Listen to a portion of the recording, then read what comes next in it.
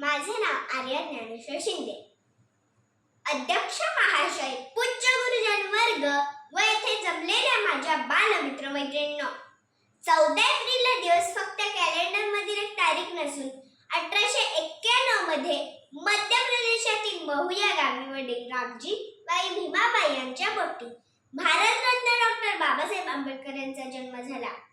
हजारो वर्षांपासून अन्यायाच्या काळोखात खितपत पडलेल्या समाजाला योग्य दिशा दाखवण्याचे महान कार्य त्यांनी केले. शिका, संघटित व्हा आणि संघर्ष करा असा जीवनाचा राजमार्ग त्यांनी भारतीयांना दिला. देशातील सर्व क्षमता नष्ट करण्याचे एकमेव औषध म्हणजे शिक्षण आहे. शिक्षण हे वाघिणीचे दूध आहे आणि जो ते प्राशन करेल तो गुरगुरल्याशिवाय राहणार नाही असे त्यांना वाटत असत. पण ते स्वतः उच्च शिक्षित झालेच, पण समाजातील तळागाळातील प्रत्येकाला शिक्षणाचा अधिकार मिळाला पाहिजे असे त्यांना वाटत असत. मित्रहो, बाबासाहेबांचे जीवन एका धगधगत्या यज्ञकुंडासारखे होते. त्यांचे संपूर्ण आयुष्य हे संघर्षात केले. त्यांनी शिक्षणासाठी व समाजाच्या सन्मानासाठी संघर्ष केला.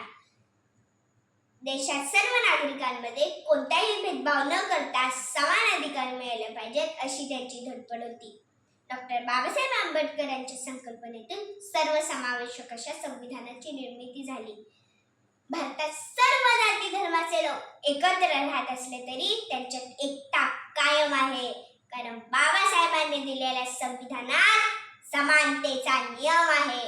आजच्या दिवशी या महामानवास वंदन करीत असताना आपण स्वतःला प्रश्न विचारायला, त्यांच्या संकल्पनेतील भारत आपण घडू शकलो आहोत काय? आजची समाजातील परिस्थिती पाहिल्यानंतर संविधानाच्या माध्यमातून घटनेने आपल्यास दिलेल्या मूल्यांची जपणूक आपण करतोय का हे प्रश्न पडल्याशिवाय राहत नाही. फक्त वही आणि पेन म्हणजे शिक्षण नव्हे, तर बुद्धीला सत्याकडे, भावनेला माणुसकीकडे आणि शरीराला श्रमाकडे नेण्याचा मार्ग म्हणजे शिक्षण असा संदेश डॉक्टर बाबासाहेब आंबेडकर यांनी जगाला दिला. अशा या महान नेत्याचे 6 डिसेंबर 1956 रोजी निधन झाले. अशा या महान नेत्यास माझे कोटी कोटी प्रणाम. शेवटी एवढेच बोली, अंधार दाटला फार आता दिवा पाहिजे, नव्या या जगाला सूर्य नवा पाहिजे, अन्यायाला देशात या मज्जाव पाहिजे, भारतीयांच्या रक्तात पुन्हा पुन्हा भीमराव पाहिजे. एवढे बोलून मी माझे भाषण संपवते.